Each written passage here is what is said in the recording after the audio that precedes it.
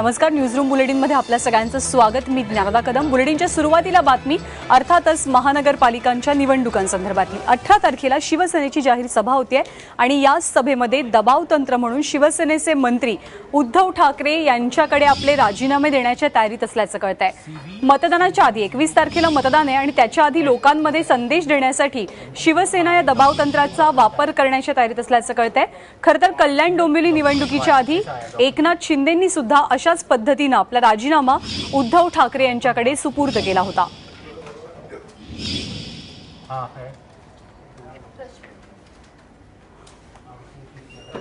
तर शिवसेनेचे मंत्री 18 तारखेच्या सभेमध्ये उद्धव ठाकरे यांच्याकडे राजीनामा देणार असल्याचं कळतंय।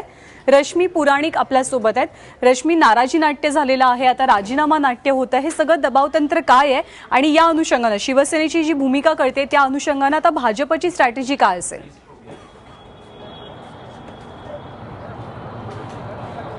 ज्ञानदा, आपण पाहतोय की काल ज्या पद्धतीने शिवसेनेचे मंत्री वर्षावर बैठकीसाठी गेले होते, कुठेतरी त्यानंतरच भाजपला हा अंदाज आला होता की शिवसेनेकडनं त्यांच्यावर हे दबावतंत्र वापरलं जाणार आहे। काल देखील ही चर्चा होती की शिवसेनेचे मंत्री राजीनाम्याच्या तयारीत गेले होते का।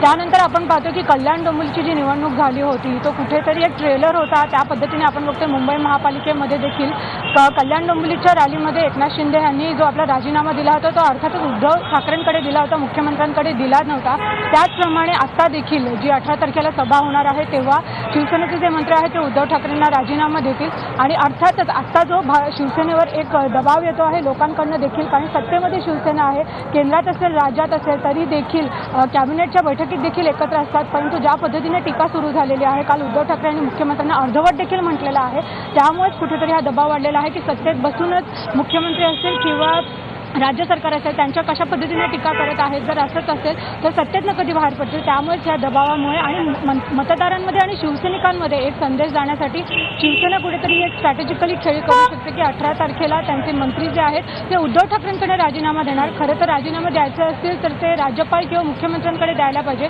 परंतु तसं न करता उद्धव ठाकरेंकडे राजीनामे देऊन भाजपावर कुठेतरी एक प्रेशर टॅक्टिक्स करण्याचा ही रणनीती असू शकेल आणि भाजपा हेच अपेक्षित करून आहे की अशी कदाचित खेळी शिवसेनेकडनं केली जाईल आणि अर्थातच मतदानानंतर निकालानंतर कुठेतरी स्वतः मुख्यमंत्री उद्धव ठाकरेंशी याबाबत चर्चा करू शकतात आणि यातून तोडगा काढू शकतात। परंतु सध्या तरी असं दिसते की शिवसेनेकडनं हा दबाव जो आहे जसजसा प्रचाराचा शेवटचा दिवस येईल किंवा मतदानाच्या आधीच्या दिवसापर्यंत शिवसेना हा राज्य सरकारवरचा आपला जो दबाव आहे तो वाढवत जाईल आणि त्याच वेळेला ही राजीनाम्याची खेळी देखील करू शकते। निश्चित अनेक समीकरणं खरं तर एकमेकांमध्ये गुंतलेली आहेत, त्यामुळे शिवसेना नेमकी काय भूमिका घेते याकडे निश्चितपणे राज्याचंही लक्ष लागलेलं असेल।